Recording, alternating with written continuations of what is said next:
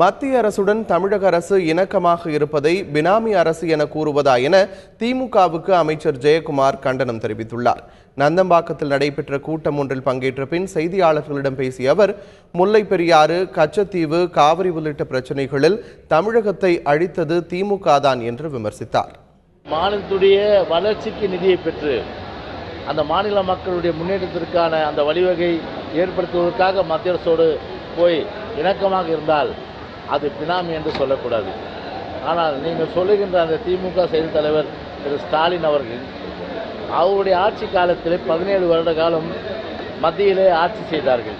17 வருஷம், ஒரு வருஷம் 2 வருஷம் இல்லை, 17 வருஷம், 17 வருடம் ஆட்சி செய்து தமிழ்நாட்டுடைய ஜீவாதார உரிமைகள், காவிரி நதிநீர் பிரச்சனை, பாலாறு பிரச்சனை, இலங்கை இனப்பிரச்சனை, இதற்கு ஏதாவது தீர்வு கண்டிருக்கின்றார்களா?